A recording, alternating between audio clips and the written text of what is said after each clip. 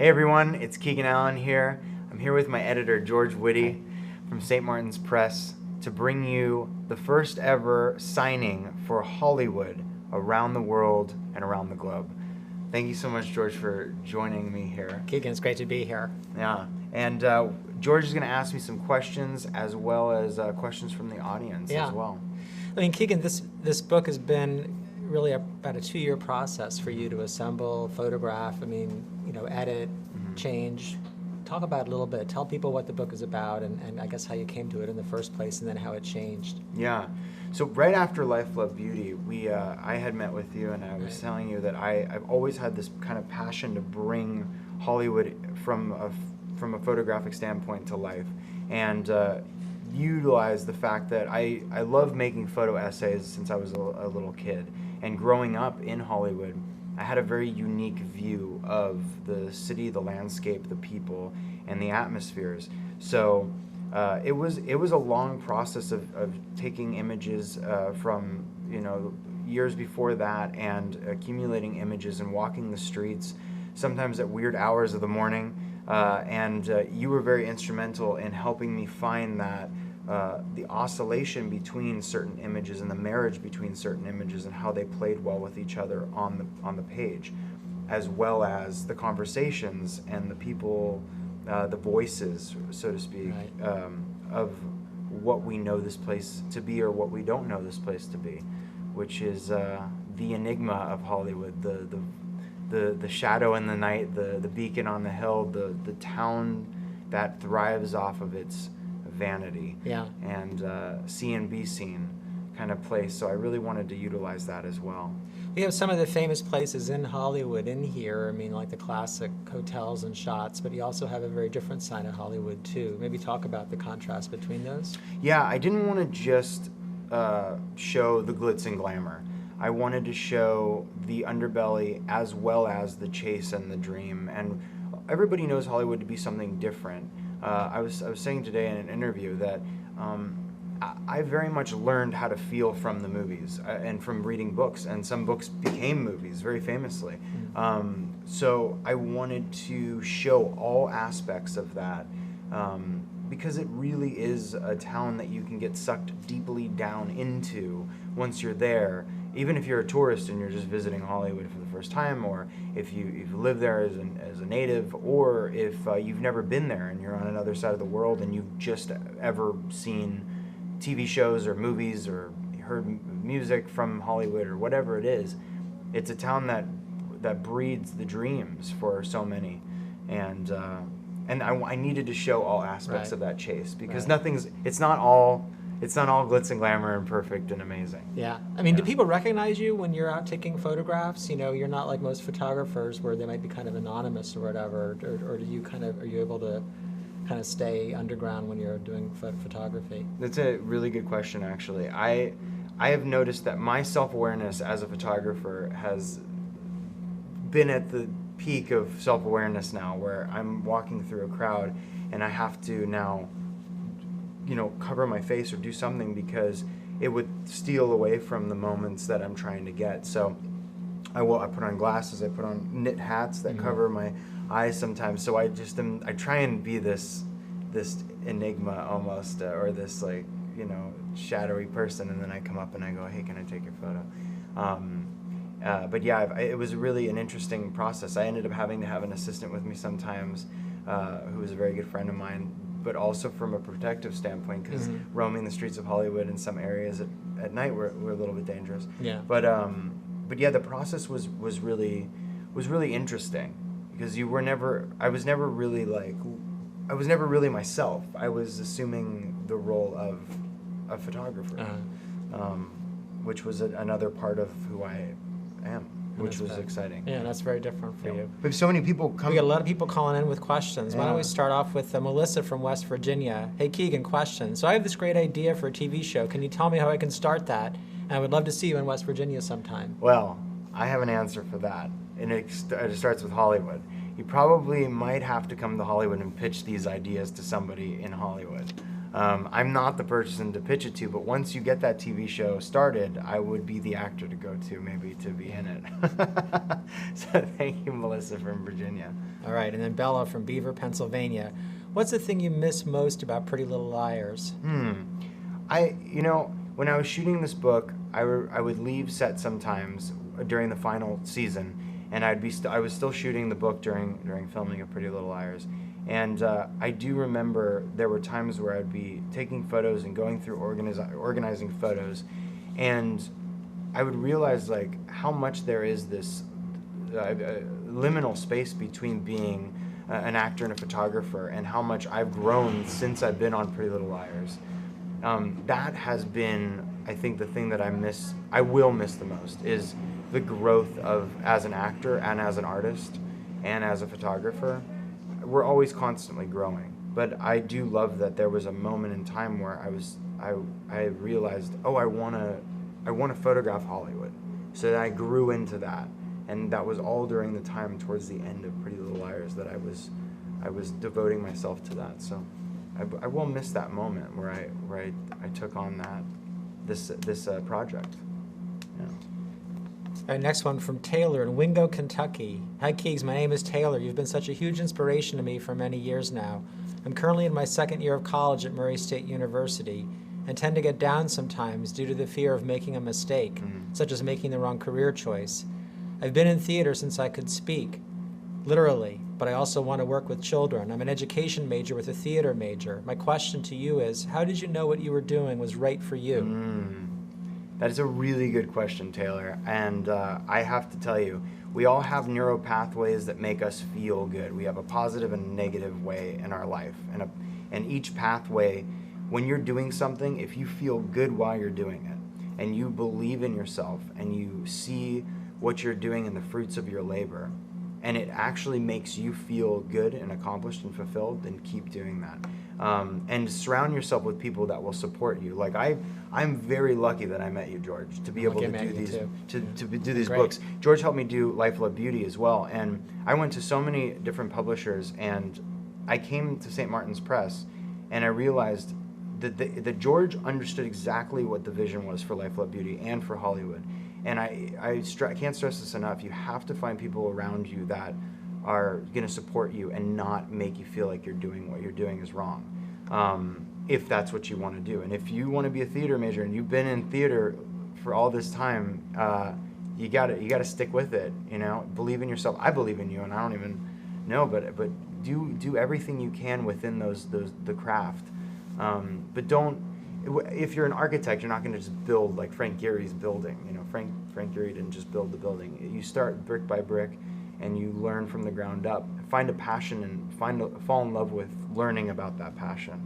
So, I'm going to read a question, then ask a follow-up. So, Tamara Roberts from Fort Worth, Texas. How stressful is your daily life as an actor? I wouldn't say that it's stressful in the way that you would think that it's stressful. I think I always try and take stress out of the equation and make it more of an exciting anxiety, or excitement rather. I always try and make it into a positive, that there's nothing really stressful. I'm doing what I love.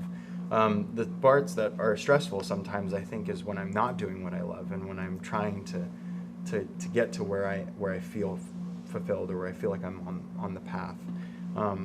But everything else is great, and I've been really I've taken off a lot of time from acting because I really wanted to focus on my photography and bring this book to all of you, and across the country.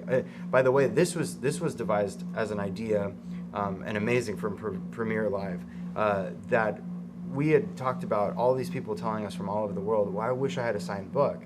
And we're going, tomorrow I do Union Square in New York, I go to New Jersey, I go to Chicago, I go to Dallas, I go to Minneapolis, Minnesota, I go to San Diego, all over the country, but some people in other countries weren't able to do the signed book, so this was my way of doing that. And I did take off a lot of acting time, but I felt like I really wanted to focus all of my time 100% on this, so it took the stress right out of it, if I'm being honest. And that's my follow-up. What are you working on next, or what do you kind of have on the horizon? Yeah, so I had the opportunity to do another project, And I just felt like after being on a show for 7 years, and I'd done theater in New York, and I had found that really helped me in my craft.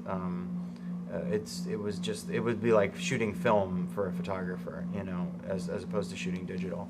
I really do. I might come back and do a play in New York before I was to jump back into a television series for a long time, because I want to afford myself the freedoms to create.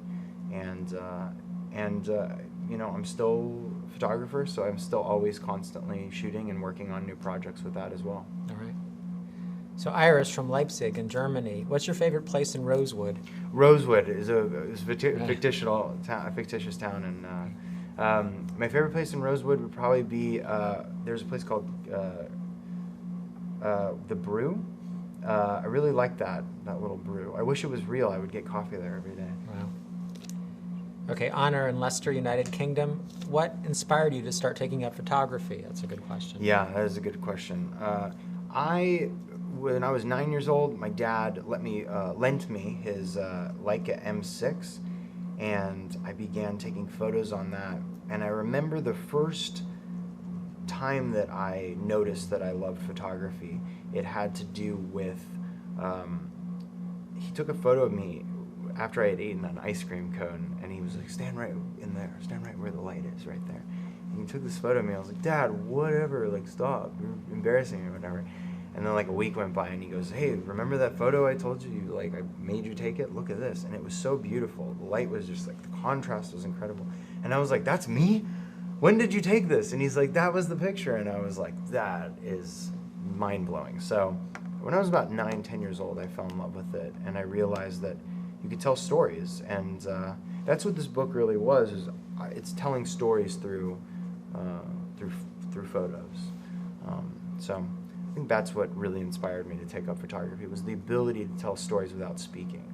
And some of those first photos that you took were in Life, Love, Beauty, right? They kind of lead off the book. Those are the first photos First I ever ones took, are yeah, of interesting. the LA riots and of my neighbor training as pigeons. That's right, the pigeons. Yeah. All right, so Tilly from Stevenage, also in the United Kingdom. Just, this isn't really a question. I love you. You're beautiful. So congratulations. Thank you so much, All right. Tilly. Congratulations. Michelle, Love it. Michelle from Carmichael's in Pennsylvania. What would you recommend your favorites, book, movie, or TV show? Would you recommend your favorite book? My favorite book, well, Hollywood, not to be too, but there's like a couple of really great books.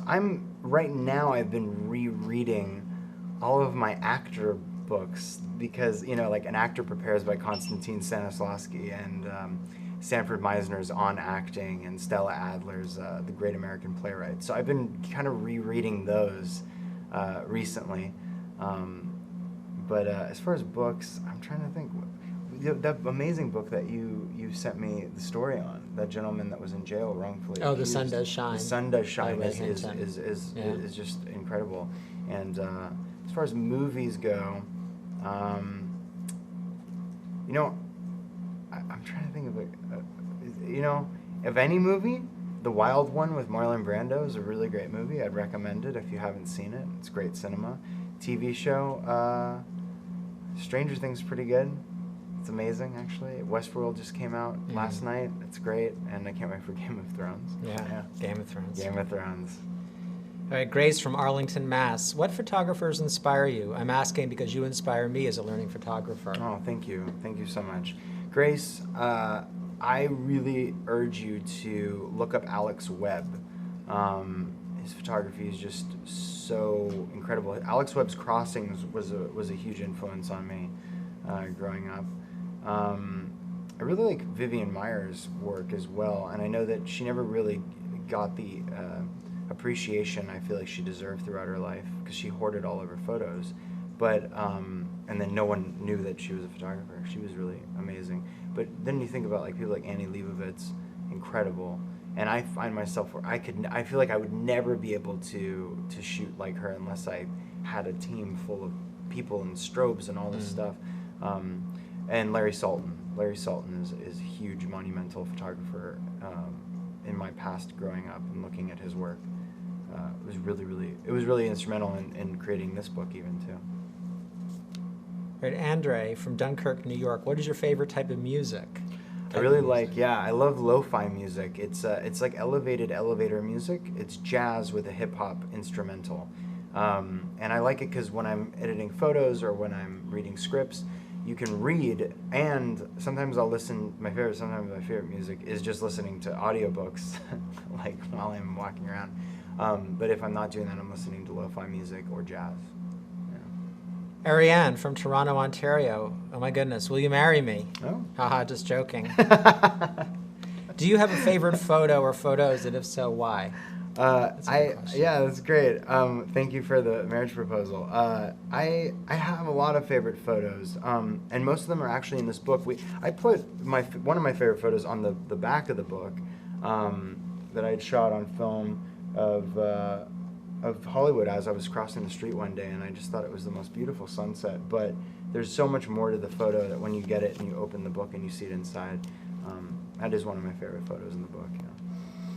And Amy from Tucson, Arizona asks, any interest in doing a superhero movie? Oh, I'm always interested in that. That would be great. Yeah, yes. Is there a superhero that you'd want to be, or a movie that you want to perform in? You know, I would have said Deadpool, but Ryan Reynolds has that like down perfect. It would be cool to, I guess. I mean, I don't have a superhero in mind, but I could play like Superman's Bizarro in some weird way. Yeah. Adina from Scotia, New York. What motivates you to continue to photograph? It's a good question. I am motivated on a daily basis because I feel like I have the fear of missing an image at all times.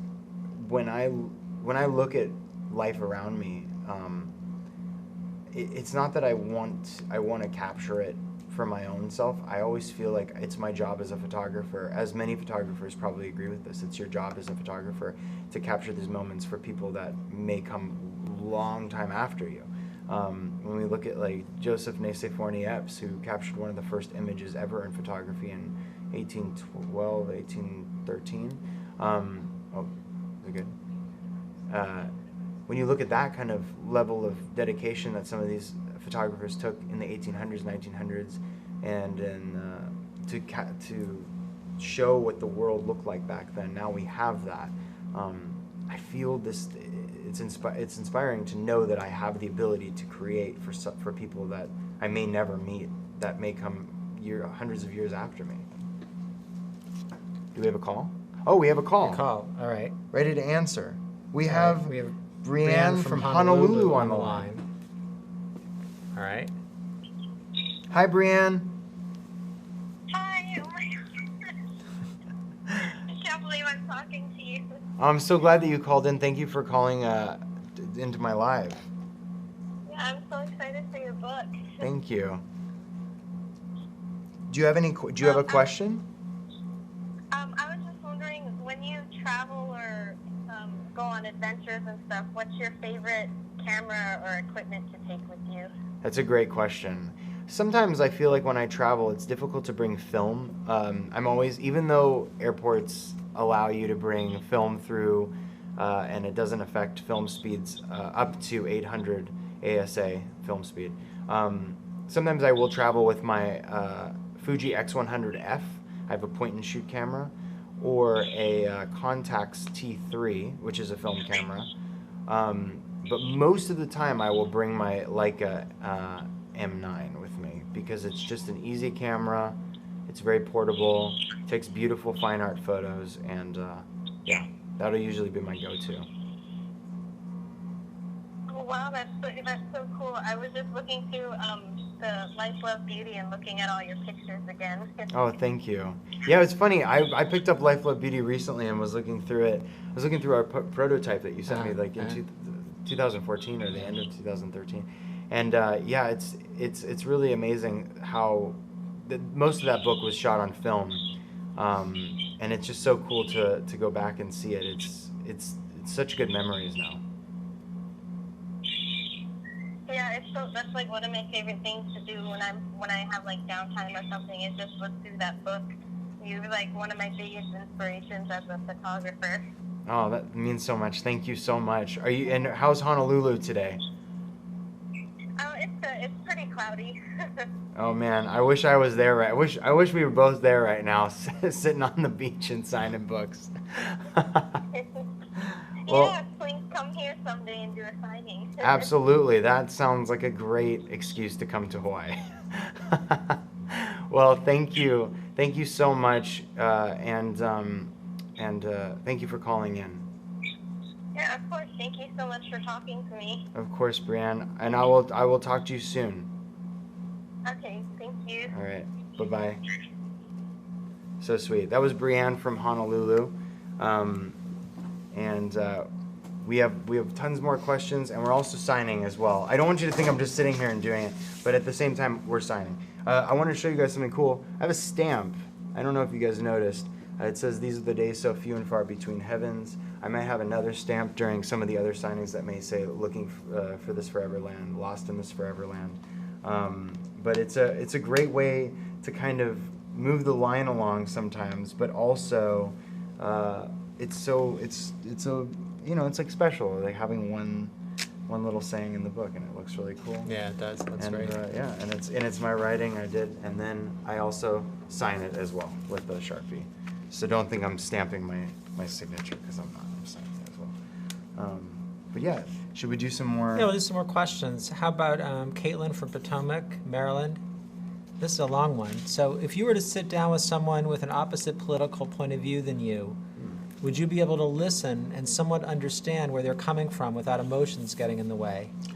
That's a really interesting question, and especially really interesting during today's political climate. I feel like as somebody who, I always try and look at both sides of any argument, and I try and get my facts from sources that I know are true. So I always am interested in listening to any side of an argument before I engage, and I always try and make sure that my viewpoints are not aggressive or aggravated when I display them, if that makes any sense. And there's always more to a story, so without getting too deep into it, pretty much the answer would be yeah, I just listen. I don't let my emotions usually get in the way of stuff like that. Sometimes I feel like if I do, I just have to step back. I'm all about promoting love and acceptance, right, and equality, and so sometimes that will get in the way of other people. But yeah, that's good advice for all of our conversations. Yeah, agreed. So Crystal from Newton, Pennsylvania asks, what advice would you have for a small film acting student? I guess, I don't know what that small film means, but maybe so just like an indie film or something, yeah, acting student? Always try and read as many plays as you can when you're starting out. Like I still feel like I'm starting out, if you want to like I want to be honest for a second. As an actor, you should, I feel like the moment you believe that you understand anything, you're dead in the water. I've gotten to watch Mark Rylance act on stage and hear some of his talkbacks, and he reads plays on a daily basis. He's always learning. He's always reading some great American playwrights, great contemporary playwrights as well, and just try and get on stage as much as you can. Try and get an audience in front of you. If there's no audience, work in the mirror and try and hone your characters and hone your craft. Stephanie from Arlington, Tennessee. We kind of covered this, but we'll ask it again. Will you be doing any more TV shows or movies soon? Yes, absolutely. There's a couple projects on the horizon that I can't really talk about right now, but like I said before, I had been really holding off on everything because I wanted to devote all my time to this book in between the project that is next, and also to make sure that the next project is something that I want to be on for a long time. Callie from Carson City, Michigan. There it is. Are there any favorite parts of your book? Yeah, the whole thing is my favorite part of the book. I really, really enjoy Hollywood, and I feel, okay, my favorite part of the book is there's a thing called This Foreverland that I had kind of come up with at a very young age, dealing with loss and dealing with the idea of finding perfection in oneself. I always like to think to myself that looking in a reflection, we sometimes try and see ourselves at our best and live our best lives. And during that time, looking in these reflections, sometimes we see our best self, or sometimes we are our best self when we see ourselves slipping into something that we don't want. And I wanted to create, with someone that I had lost, this idea of a perfect moment that could be captured for a lifetime. And one of my favorite parts of the book is one of the last stories. It's called This Forever Land. So take a moment and read it when you have a chance, and tell me what you feel about it afterwards. Devana from Coriopolis, Pennsylvania. What is your favorite memory from filming Pretty Little Liars? I always like to think of the subtle things of Pretty Little Liars. I always had my camera on me. I was always taking photos. I was always enjoying every moment, very present. And I think through all of that, one of my favorite moments was always just really little things like finishing a fratter day, which is where you wrap on Friday or Saturday morning, and just riding in the little pink golf cart to base camp after shooting all night. Like we're all in a heap, all the actors are in a heap of tired emotions, and we're just all like kind of just trying to stay warm. But those moments I would kind of like open one eye and be like, this is so cool. Yeah. This next question is a good one. Given just some of the photos in the book, it's from Larissa in Edgewater, Maryland. What was the hardest photo to take and why? Hardest photo to take. I feel like all of the photos none of them were easy to take. If that answers the question. The difficulty sometimes rose and fell around subject matter. But atmospherics are difficult to capture because sometimes the light is a fleeting glimpse of light. You'll get like a beautiful golden light for 15 seconds. So I feel like one of the most difficult photos I took well, I don't want to like ruin it. I feel like there's so many like little spoilers within the book. I feel like as you go through the book, you'll see like photos, but yeah, they weren't easy to take. Yeah, there were some that were from really unusual perspectives. Yes. Like you had to climb up behind the Hollywood sign and then shoot downhill into the really steep gully. That couldn't have been easy. Exactly. There are many 2-hour hike into to do that, and very, very not okay to do. Right. but yeah, some of those shots are I risked a lot to get them, but I'm really proud that they're in there now. Rebecca from Melbourne in Victoria, Australia. What is your most memorable moment you have had so far while doing your photography? I guess any of them. Yeah, memorable moments. I feel like, especially with shooting Hollywood, a very memorable moment was shooting the cover. I was standing on Beechwood, and if anybody's ever been to Hollywood, they know Beechwood. You stand in Beechwood, and it's the view down with all the palm trees. And I was taking that first image, and I was figuring out how I'm going to tell this story of Hollywood from my perspective, but in a way that wouldn't dictate to others how to feel, but give them the tools to imagine it or experience it how they want. And similar to how Hollywood is as it is already. So that first image, I remember standing there, and that feeling was just so overwhelming and powerful and inspiring. So. And I guess this is kind of a follow-up from Cassidy in Middlebury, Vermont. Is there a specific photo you've taken that's had an impact on your life? Almost all of the portraits of the people have impacted me in a different way. I am not the same person that I was when I started shooting this book. It's changed me because it's allowed me to make eye contact with people a lot more. In Hollywood, and even in New York, especially anywhere in New York, but I've noticed that people don't really make eye contact. And I would make more eye contact with you otherwise than they would. Right. But people don't make eye contact as much. And I talked about this in my podcast, but we miss out on these opportunities to such vulnerability around strangers that if we take the time to acknowledge that they are they're giving us their soul for a brief moment in time, and as a photographer, that's invaluable. It changed me because I was able to talk to people, and the moment they dropped their aesthetically pleasing egos, they became human, and we realized that we were just a couple steps away from each other in different facets of our life, whether they were very successful actors or directors or producers, or just starting out in the business, or another fellow actor or another peer or a street performer or someone who's down on their luck. We're all very connected, and it really resonated with me in a way that it changed my life shooting this book. Absolutely. Okay, from Tatiana in Brazil, how do you balance... Brazil. Yeah, I guess so, Brasilia, right? How do you balance work, friends, family, hobbies, and workout routine? Ooh, that's a good question. You put workout routine in there, and that is a major thing. I work out every single day. I have some great friends. My best friends are all my gym friends now, because we go to the gym every day. So my balance is I get to hang out with my best friends while I'm working out in the morning. And I always try and lead a very healthy lifestyle, and like I said before, keeping supportive people around me at all time keeps the balance really easy. I don't ever feel like I'm off kilter.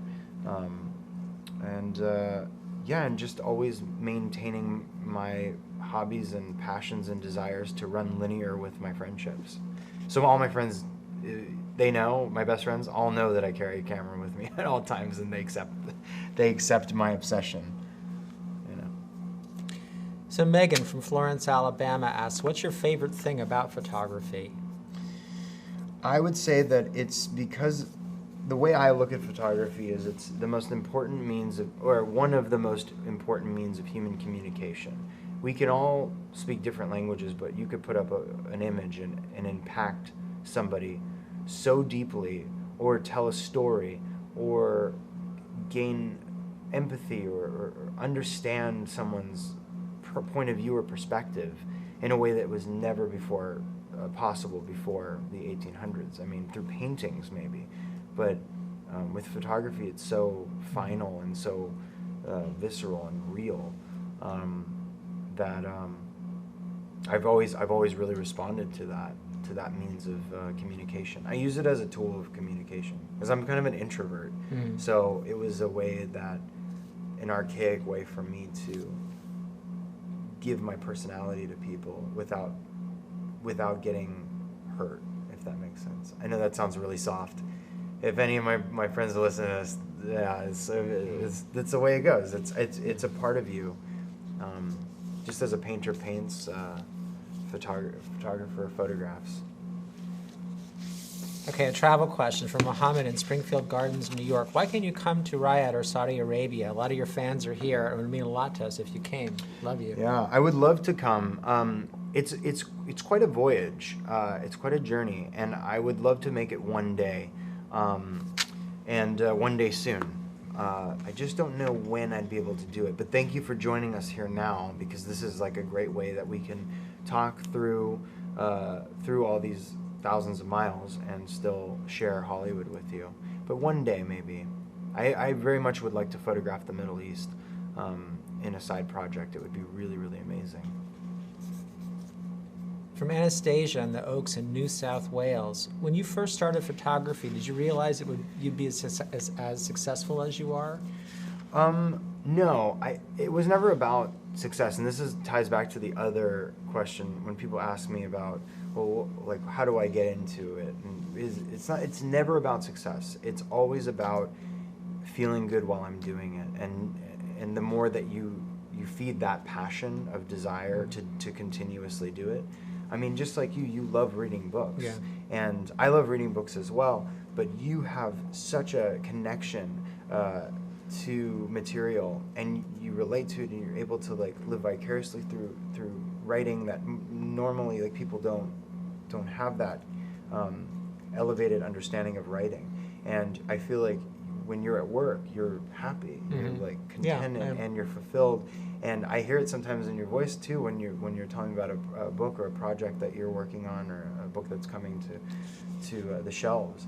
That you're so connected to the material, and it's just about finding something that you feel good doing. It's not about that. Success comes after you love what you. When you love what you do, you'll be successful. From Charlotte in Southall, Sweden, hope I pronounced that right. If you would give someone general life advice, what would it be? Pretty much that. And also to, I always am very, I can't stress enough about looking at negatives versus positives. When something happens, you have two choices, and you can consciously choose at any time to think of it as a positive, as even as much as you tie your shoe, when you don't even think about tying your shoe, or, you know, picking something up off the ground that you dropped, that same instant reaction should be whenever you're going towards your goal to live your best life. You make those choices that things are either pointing you in that right direction, or they're taking you one step closer to your goal, instead of letting things weigh you down. And also, the biggest thing I wanted to say about this is never let the thought of what will people think bring you down, because that's the one thing that will stop people from doing things. If I would have thought to myself, well, what will people think if I try and photograph Hollywood? I would have never made Hollywood. It was more of, I needed to just believe that I wanted to do it. And now that it's done, I realize, like, you can't think about that. You have to allow people to think for themselves and not worry about what they think of you. That's my general life advice. Then Rebecca, you kind of answered this a little bit, but Rebecca from the APO, the Armed Forces, what destination in the world would you love to go and capture for photography? You mentioned a couple already, but is there? I would love to go to the Tibetan Plateau. I'd love to go out to Point Nemo. These are desolated places, isolated from the rest of the world. I'd love to go because no one goes there. A place I would also love to go, but I'm scared I would get just instantly killed, would be North Sentinel Island. If there was some way that I could photograph North Sentinel Island without getting hurt or maimed or shot with arrows. Look it up if you haven't heard of these places. I would love to get on an icebreaker and travel to Antarctica and photograph Antarctica, because the interesting thing is when you shoot on chrome film, Antarctica doesn't just look like a big white blur. It can actually be really, really just incredibly vibrant. And I know this because I sat next to a field research team member that lived in Antarctica for like 6 months of the year and showed me all these photos, and I was just like, I'm sorry, I thought that was just like a big piece of ice. And he's like, no, look at this and look at that. So that would be really cool to do that. Let me ask a couple more questions about the book, because putting it together was a process, and it really did take a few years from the time that you first thought of it to time you finished it, and it was really and you were shooting, like, these were not existing photographs. Some of them were, but most of them were shot for the book. How did you start it, and how did you know it was done? Well, I started it with your help. You were very instrumental. George was very instrumental in getting the idea and getting the tone of the book. I many times would come to you and just dump hundreds and hundreds and hundreds of photos in George's lap, and George would be like, okay, we need to really marry these images and figure them out and put them together in certain ways. And how I knew it was done was in the same kind of fashion. We all kind of collectively agreed. It's a story that's never ending. So you can't quite say that I've finished it. It's just that this is where I've chosen to take a break from it. And that's where the final page is. But it does have a beginning, middle, and end that feels like it lives in its own, it breathes, it lives in its own environment, its own universe. And I knew it when I picked it up and was able to read it from front to back and feel like it was done. That was when I knew it was finished. And for someone who's reading the book and they get it here and they get a signed copy, how do you want them to feel when they're done with it? What do you want readers to get out of it? Honestly, that's the best question ever, because I want them to feel however they feel. The book was created in a way that would allow anybody from any walk of life to pick it up to any place within the book, or read it from front to back, or find pictures that they need to revisit later, or read it through and feel something different every single time. Maybe you get this book, you've never been to Hollywood, you read it, and then you come to Hollywood and you go to these places that are here and you see it totally different than the book captures. Maybe you've lived in Hollywood your whole life and you get it and you see something you've never seen before, or it's a familiar space. That's the kind, I love that about our human connection in sharing a place that everyone knows Hollywood. Everyone in the whole planet is aware of what Hollywood is in some way, shape, or form to them. And that's kind of what I want for readers to get, is inspiration, to come away with it with inspiration to think on their own, and let the images kind of speak for themselves. And for a lot of the writing in the book, talk a little bit about that, because there are stories in the book, there are kind of poems or lyrics in the book, and how did those come about and how do they work in? Yeah, so a lot of these moments in photographing people and places, atmospheres, all of this stuff, coming across people, I never just took a photo and ran. All of these people I sat with, they posed and they were very aware of the photo essay that I was doing on the subject, and a lot of them shared very intimate backstories. Whether these were people that were on the street that I saw that were strangers, whether these were people I've known for an entire lifetime that were part of my life in the entertainment industry, whether they were people in passing at parties that were very affluent and were easily recognizable by anybody on the planet Earth, or if they were just things that I had heard in passing from others. And I wanted to merge these stories without giving away the intimate details of the exact person that said them. I wanted to share the stories because they affected me deeply. There's a story in here about a street performer who had been very successful and wanted to is it good? We're good? Oh, okay. I thought you were going to be like, something else. There's a story about a street performer in here that was very passionate about acting, and they did very, very well, and then all of a sudden they just didn't get another job, and they didn't want to embarrass themselves by getting a normal job, so they got a street performance job, and they felt like they had not done what they wanted to do, and the father of this person came into Hollywood looking for them, and they recognized them, and all in the costume, went up to the father and went, "Oh, what are you doing here?" As this character. And the father said, "Well, I'm trying to find my child. I don't want to specify if it's a girl or a boy. I'm trying to find my child. My wife has passed away, and you need to inform them, and I can't reach them." And so through this costume, right in front of his own father, wasn't able to be there emotionally, and couldn't release that thin veneer of that facade to be there in comfort, because he felt like he had lost something already, which was himself.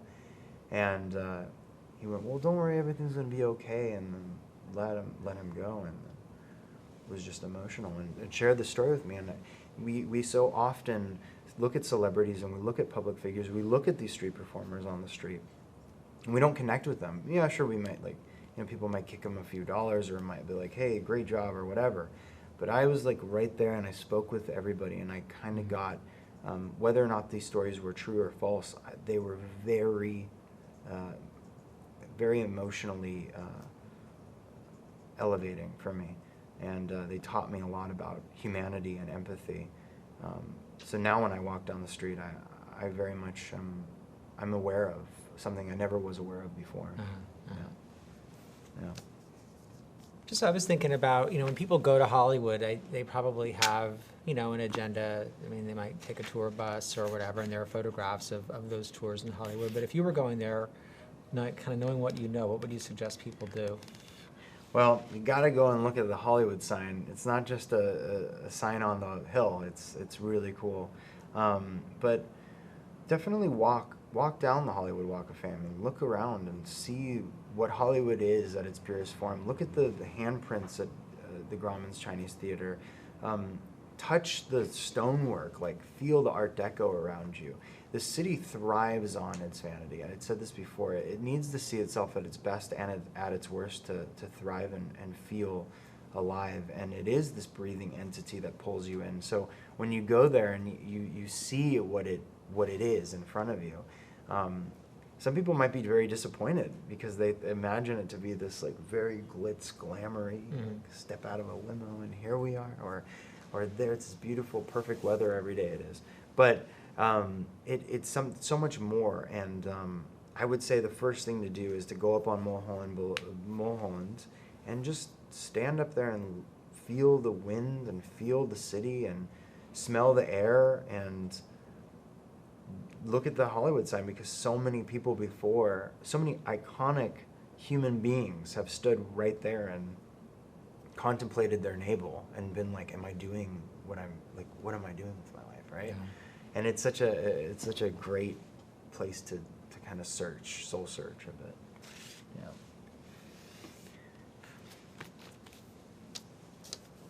Here's a couple more questions from readers. From Sabrina in Karachi. Will you be in The Perfectionists? That's a good question. That's a new show that's been developed by Marlene King and the creators of Pretty Little Liars. As of right now, I know that Sophia Carson is on there with Janelle and Sasha, and I gotta say, we all trust Marlene King. She's a genius, and I know that she's making the right decisions for her show moving forward. So you never know. You never know who could stop by or drop by or what happens in that universe. All right, we're going to play a quick game now. Ooh. All right, get ready. So it's 22 questions in 2 minutes. Oh man, here we go. All right, so here we go. 1, who inspires you the most? I would say, well, my mother inspires me the most. Absolutely. She makes baskets and paints, and she's so happy and joyful all the time. So yeah, definitely my mother. All right. 2, where were you born? I was born in Cedars-Sinai in Los Angeles. Same place Leonardo DiCaprio was born. Actually, no, sort of the same place. The place he was born is totally different now, but same place. All right. Who would you want to play you in a movie? It'd be cool to have Andrew Garfield play me in a movie because he's such a talented actor. But I really love him as an actor. He's really talented. All right. 4, what was your first job? I was scooping ice cream at Baskin Robbins, and then I broke my wrist doing a backflip. And then I tried to desperately still scoop ice cream with my good arm, and they fired me. But they were sweet, and I love them still to this day. They weren't mean about it. They were just, I was spilling ice cream everywhere. So, 16 years old. Were you doing the backflip while you were scooping the ice cream? Yeah, exactly. That's exactly what happened. All right. It was a very different Baskin Robbins. Okay, 5. What is your greatest accomplishment? I feel like this book right now in my life is my greatest accomplishment because it's taught me so much, and it's a tangible thing that I can present to my family, my friends, my followers, and I don't feel like you guys are fans or followers that are watching. You guys are all my friends, and you've been with me throughout my career. So I think this book is a huge accomplishment in my life. And then 6, what is your biggest fear? I'm really scared of snakes. I love them. They're great. I'm scared of rattlesnakes, and spiders, and the woods, deep woods. Ooh, spooky. So maybe you haven't seen snakes on a train or snakes on a plane. Yeah, I haven't seen snakes on a plane. Would be terrifying for me. All right. Snakes in the woods is even the scarier premise they should go with for the sequel. Okay. 7, what is the one thing you need to have in your fridge at all times? Oat milk, not goat milk. Oat milk. Like, I love oat milk, and I use it with chaga mushrooms. Look it up. Chaga. It's really good, really healthy. I drink it every day, and it like promotes immunity. So I have that in my fridge. All right. 8, what is your favorite adult beverage? Adult beverage. I love espressos. I feel like that's like it's not a kid beverage. You wouldn't give kids that. I feel like espressos, really, really well-made Jamaican Blue Mountain coffee. That's... All right. And those who know what I'm talking about. 9, who is the most interesting person you met recently? I have met a lot of really interesting people recently. God, I wish I would have had more time to think about this. Oh man, 2 minutes. I'm gonna say recently met Jonathan Van Ness from Queer Eye, the new Queer Eye.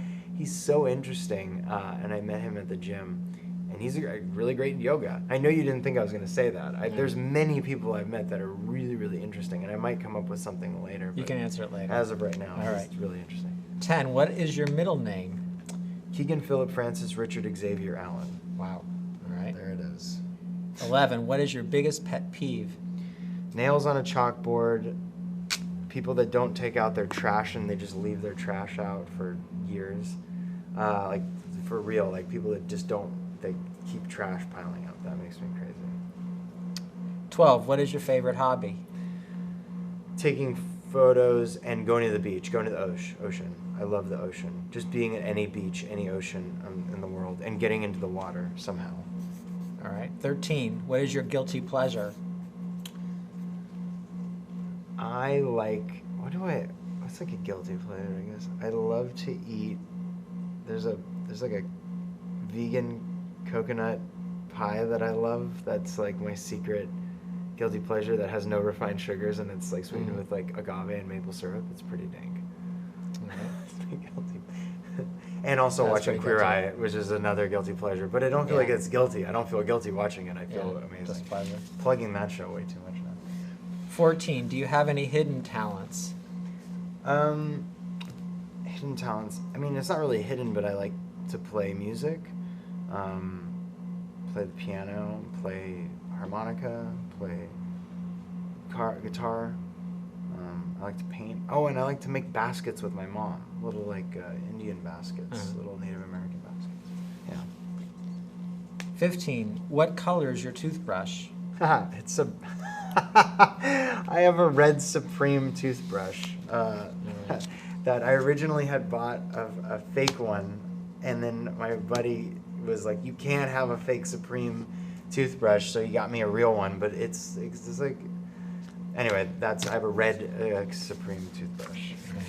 It's a weird question to ask. I never heard of weirder Supreme answer. I didn't know there was such a thing. I hope you don't ever hear of it. Yeah. It's super hype. I got mine at CVS. 16, what is your worst habit? I bite my finger, or I pick my fingernails when I get nervous, especially when I fly. So, just flew in from New York, and I'm surprised that my fingers are still on my hands. 17, what is your favorite thing to cook? I love cooking sweet potatoes. I love sweet potato so much. I love cooking sweet potato. That's like pretty much my favorite thing. All right. 18, what is the last album you bought or streamed? I think I bought Hitchhiker by Neil Young, which is so random. It's been out for a while, but he has like really great. It's a really great album. It is a great album. Oh, you know it? Okay, great. It's so amazing. I bought Hitchhiker by Neil Young. Yeah. Yeah. Yeah, I love Neil. 19, what is your favorite thing to shoot with your camera? I love people. I love photographing people and sunsets, because sunsets are such chapters in moments in life. And yeah, the sun at dusk, it just makes the most amazing colors. Almost done. 20, what cause is dear to your heart? Race to Erase MS is an amazing cause that's close to my heart, and I've raised a lot of charity money for them with all the help from all of you through the Spooby T-shirts, and as well as recently I've been auctioning off my Toby Kavanaugh the chair, the director's chair that all the cast has different chairs that they would sit in.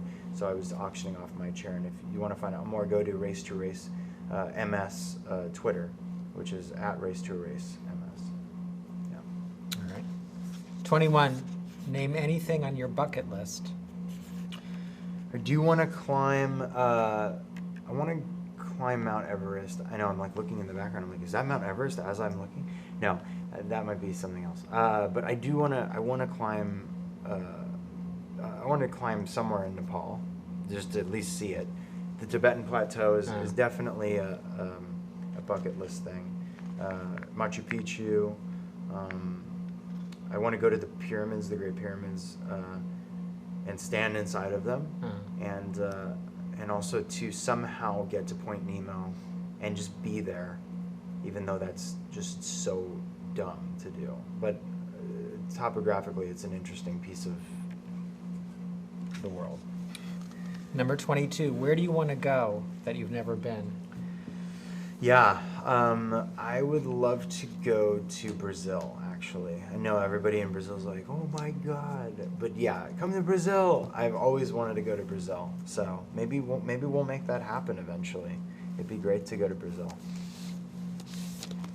A few more questions, just going back to the book. You know, when you were doing photography of Hollywood, did you feel like you wanted to reveal it or to protect it? Oh, yes. So in both ways, I wanted to make an expose, but also to protect the city. That I very much love this city, and I have a love-hate relationship with it, as anybody would when they become too accustomed to it and they live within it. But when I say love-hate, it's more like I love it so much that I hate how much I love it, because I go there and sometimes when I'm sick of it, I will just need 5 minutes to realize that where I am is just the coolest, craziest, most weirdest place, and then I fall back in love with it instantaneously. But I really wanted to protect it and also expose it at the same time, but in a way that protected it, if that makes any sense. Yeah. Talk a little bit about the difference, I guess, between being on the photographer side of the lens and then, you know, yourself being filmed. It's got to be very different. Yeah, there's an awareness. Of being a photographer and being an actor. And when I would, sometimes when I go out in public, I notice when people are like taking photos of me from far away. I'm very aware of that. But being a photographer, and all of a sudden, then the subject matter changes. You're no longer the subject matter. It's a very interesting place a really, really interesting environment to be in. And the dynamic shift was one that I think really carries through the book in a way that I romanticized about it, of being this hidden photographer in the mist, and kind of stepping out and getting these photos. So the difference was an interesting journey that I took for myself. Kind of like hung up my hat as a public figure while I was photographing. Yeah. I was just thinking, some of the photos in the book, are very personal photos of people. Some are of places. When you're getting close to people like that, it's very different than photographing a place, even if you're doing it from an unusual perspective. Did you have to ask permission of people to approach them, or how did that work? Yeah, there's a lot of, when doing a photo essay, this isn't like shooting an ad or something for Instagram. It's a very different fine art style of photography where I wanted to show people at their best. And sometimes when people would be thinking that they were not at their best, I always try to find the best parts of them to bring forth in that vulnerable means of eye contact. And sometimes some of the people are looking away. But there's a permission that happens with anybody on the street. Strangers and street photographers know this. You have a moment of tacit approval of somebody being like, okay, I'm allowing you into my space. And some people were not that. It was not possible. And some people were, and I couldn't believe that they were. And I realized over time I got better at getting those permissions by just coming forward and being vulnerable myself.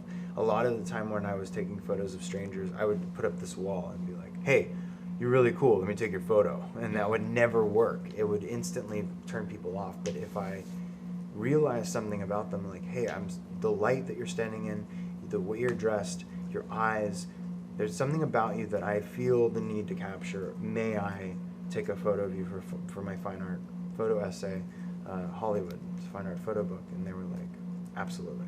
And then I would take the first photo, or I would feign taking the first photo and then take a second photo after they relaxed into once they released that veil, it was them and not their ego. So, yeah. It was a process of understanding that. Are there any questions that you want to be asked about the book that we haven't really covered? No, I feel like every question has been really amazing. The only thing is that I ask you, like, what was it about this book that when I brought you the proposal for it for Hollywood, like, what was it about?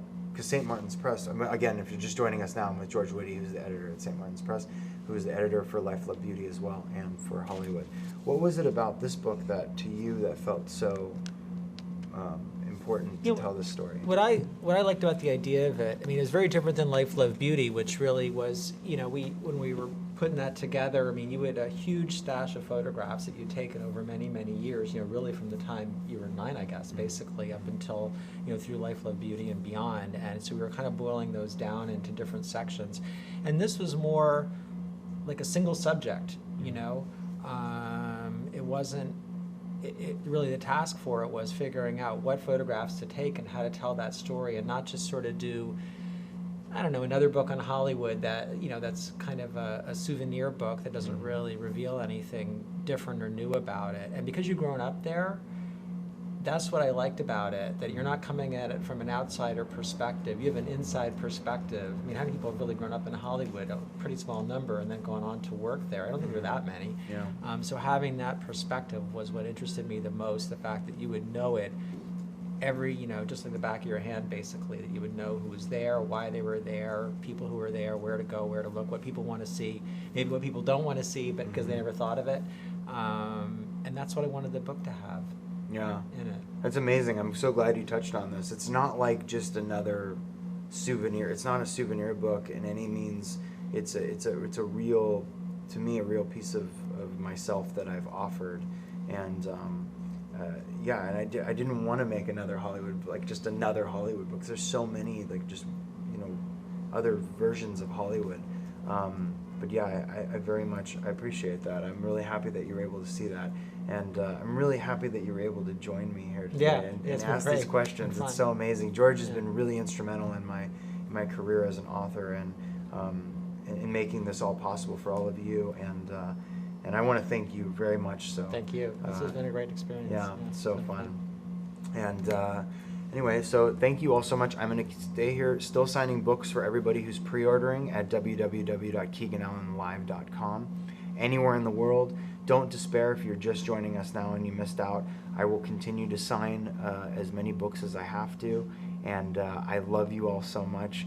It's my pleasure to do that and bring the book to you anywhere in the world, to bring Hollywood anywhere in the world. And if you're in New York, tomorrow, join us at the Barnes & Noble Union Square at 7 p.m. for a Q&A, talk back, meet and greet, and live signing.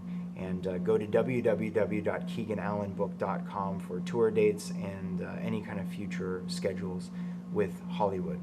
Thank you so much. Thank you, Keegan. Thank you.